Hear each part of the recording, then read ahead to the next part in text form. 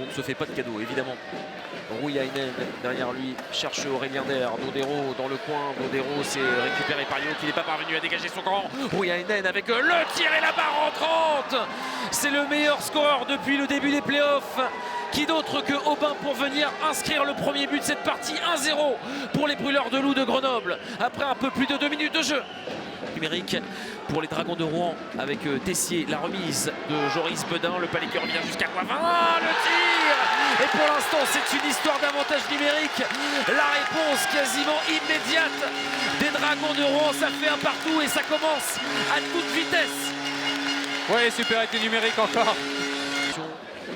Et dégage son corps. Récupéré par Damien Fleury en zone offensive.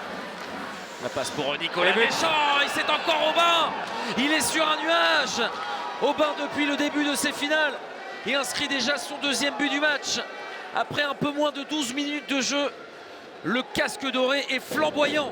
Une offensive, Adel Coudry en contre, il y a Dylan Fabre qui a été trouvé. Dylan Fabre, l'enchaînement, c'est un 4e but en 2 parties pour Dylan Fabre.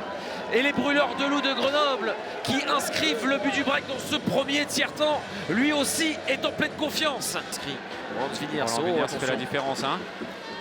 Il était passé avec Loïc Lampérier. Le rebond, ça a été sauvé quasiment sur la ligne par Maxime Lamarque. Derrière la déviation du capitaine. Loïc Lampérier qui permet à son équipe de revenir à un but des Brûleurs de Loup de Grenoble. Quel spectacle à la patinoire de l'Île-la-Croix. Travail de Loïc Lampérier devant la cage. Qui s'occupe que du gardien. Oh, le jeu. Oh, la passe au 2e poteau. Et Lucenius finalement qui glisse ce palais à côté des filets de Stepanek. 10 secondes avec le joueur de champ supplémentaire. Le tir puissant. Et le but de flanc, Saakashvili. 2 buts en 2 matchs pour Saakashvili. Rouen qui revient, qui rattrape son retard par l'intermédiaire de son international français. Faire le spectacle, a envie de tout donner sur la glace ce soir. Aubin. Grosse occasion encore. Attention avec le tir de Fleury, le palais qui traîne. Et les Brûleurs de Loup de Grenoble et le triplé. Qui inscrivent un but dans ce début de 2e tiers-temps. Le triplé hier, on a eu Dylan Fabre. Aujourd'hui, on a Brent Aubin. 4 buts à 3 pour les Brûleurs de Loup. 3 partout et désormais ça fait 4 buts à 3 pour les Brûleurs de Loup de Grenoble. Attention à ce palais récupéré du Lannéo. Le tir du revers. Mais quel match énorme! On est en train de vivre à la patinoire de l'Île-la-Croix. 4 buts partout. Dylan Yeo. Incroyable des deux côtés, hein. Incroyable. On se rend coup pour coup ce soir. Magnifique. Gros travail de Dylan Yeo. Saakashvili et son patinage. Saakashvili, le palais qui traîne. Aubin qui est venu contrer ce lancer. Le tir lointain. Et derrière le palais qui est venu toucher le montant. C'est récupéré derrière par Alexandre Mallet. Le match qui prend une tournure complètement dingue.